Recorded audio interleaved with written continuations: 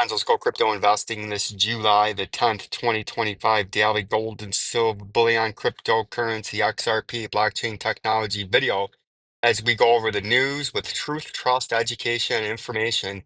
Just like we're looking at Palladium up 4.64% today, up to almost $1,200 or a three or a multi-year high right now in the palladium price, and we go over this extensively as I ask you to join me on my mission to become an asset millionaire via gold and silver bullion mining stocks, uh, 401k study investing, cryptocurrencies, uh, cash on the side for emergencies, peace of mind, adding or accumulating an existing or new asset, as well as that cash on the side for the peace of mind with the real estate, cryptocurrencies, gold and silver bullion and mining stocks. We will become an asset millionaire. And something that's very interesting, $3.99 a month video description and or pinned comment, as cheap as that to help support the station with truth, trust, education, and information. As you can see, the US dollar is actually up a quarter basis point today, or quarter percent today. The 10-year treasury is up to 4.372. Gold is pretty even. Oil is down two and a quarter, but look at palladium and platinum continue their bull runs. And along with copper is at a new all-time high now. So it's not just a gold and silver, it's a commodity bull market now. And copper is now at an all-time high, which got pushed there by the Donald Trump tariff on 15% imports or 50% imports, whatever it was, on copper things. And something else, and another reason that I've been stressing, and this will also have something to do with the cryptocurrencies too, is he's asking for the biggest rate cut in U.S. history, essentially, and he's begging for it. He's talking about firing Jerome Powell. We should be at least 2 to 3 points lower. And to me, Donald Trump, just like the Federal Reserve, Janet Yellen, Jerome Powell now, or any of the other ones in the past, Bernanke, any of the prior presidents, and Trump included, I don't believe understand or they're willfully ignorant of monetary and fiscal policy and how it dictates and how it affects and causes inflation to run rampant and supply shortages. We should be at least 2 to 3 points lower. False. In a Truth Social post, June 24th, 2025, we should be at least 2 to 3 points lower. If things later change to the negative, increase the rates. He was using cuts straight from the current rate 4.25 to 4.50, suggesting a drop to around 1.25 to 2.5. I think we should be paying 1% right now on June 27th. The Trump doubled down saying, I think we should be paying 1% right now, and we're paying more because we have a guy who suffers from, I think, Trump derangement syndrome. He also added he'd love if Powell resigned, calling him stupid. At least 3 percentage points on July 9th, 2025. He posted again, we should cut rates, cut the federal benchmark interest rate by at least 3 percentage points. Trump justified this by saying current rates are excessively high, raising annual debt refinancing costs 360 billion per percentage point. Well, that's the problem, is that we've had this horrible monetary and fiscal policy facilitated and orchestrated and stamped by the Federal Reserve, pushed by United States presidents and congressmen and senators that don't understand or are willfully ignorant and or uh, purposefully trying to drain and bankrupt, devalue the United States currency, credit rating, and wealth standard, right? And it's very powerful because the president at some point will get what he wants. He will fire or have Jerome Powell removed, and he will have interest rates lowered. And I believe platinum and palladium are going to boom. You can see platinum is already at a multi-year high. It broke past the COVID high.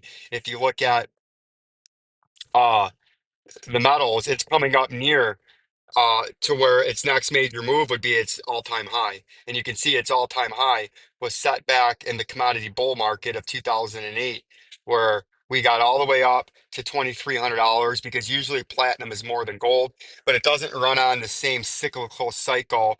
And some of the same things, inflation, monetary policy does affect this, but palladium and platinum are more supply and demand, geopolitical tightening of trying to get this vital, rare uh, minerals out of the earth, metals out of the earth, not minerals, but metals out of the earth from highly geopolitical tense regions. And that has a vast consequence on the price, along with its utility that it's used. But you can see we are at and platinum, we're at over a 10-year high in platinum. And you can see we just came up with this cup. You would expect now a consolidation, but if it breaks through this right here, this major resistance, your next move is to the all-time high at $2,200 and change. And I believe we should be over that, and I believe we will be over that. The same thing with palladium, and that's the play that I'm in. And I actually did just double down. I bought $1,400 a few weeks ago. It went up, then it went down a little bit over the last 7 or 8 days.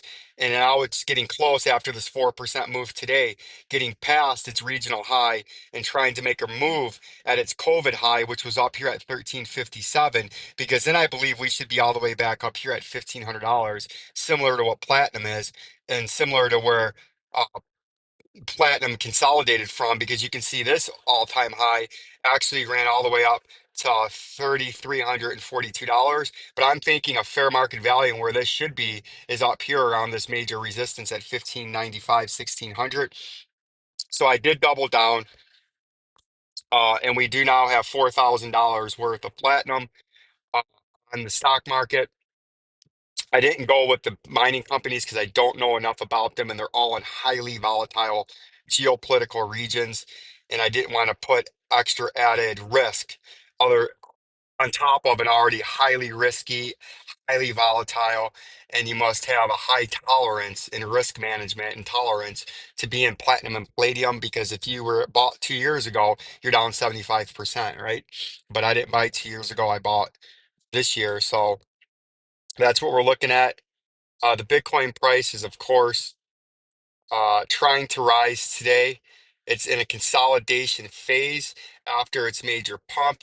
And we're going to take a look at this. You can see it's had its most recent pump. I believe it did break the all-time high from back here because the all-time high was 111,986, and we did break the all-time high. But watch the video from yesterday. We pulled comparisons from the three other prior tops, the two during the COVID mountain double top and the first top here after the all-time high back in the springtime, about how these are playing out and look similar. And if it plays out similar, how this could come down quickly to this 95,000. But if it continues to pump, your upside target is 152,000. And watch that video if you want the long form about what we're talking about with this rising channel, those three prior tops that we're using to correlate with this. But on the downside, in the short term, if this turns short term bearish, you would trade back down towards the 50-day moving average and eventually this uptrending lower support rising channel sitting right along the 100-day moving average. To stay bullish, you stay above the old all-time high, which is where you're at now, break the newly minted all-time high and continue to push to the upside, right? You can see Bitcoin dominance has dumped considerably from 66.12 over the last 10 or 15 days down to 64.72. And that has made an extremely big altcoin rally. You can see the Ethereum price, if we go to the 4 hour time frame, has come up and gained almost all of it back from this 30% miniature bear market that we went in, our correction back in early to mid-June. It's now come all the way up. And now what you're going to get is you're either going to get a brief slight consolidation and then a sky moonshot back to the 3,074.29 major upper resistance, or you're going to start to get a consolidation to the downside. And you're going to trade back into these moving averages and then decide if you're going to push back up, or if you slip them, you're going to come down for a regional low. So right now in the short term, what you need to be watching out for is, does this hold the same moving averages that we've been talking about for several weeks in Ethereum? The XLM price is a different story. It's pumped up now to where we were talking about 2 to 3, 4, 5 days ago when we were still sitting down here. We talked about it catching up to XRP, and it did. And now it's on top of these moving averages. And now what you look for here is a consolidation. If you consolidate back down like this, on top of these moving averages, the 50 or the 100 and 200, that's bullish if you hold them.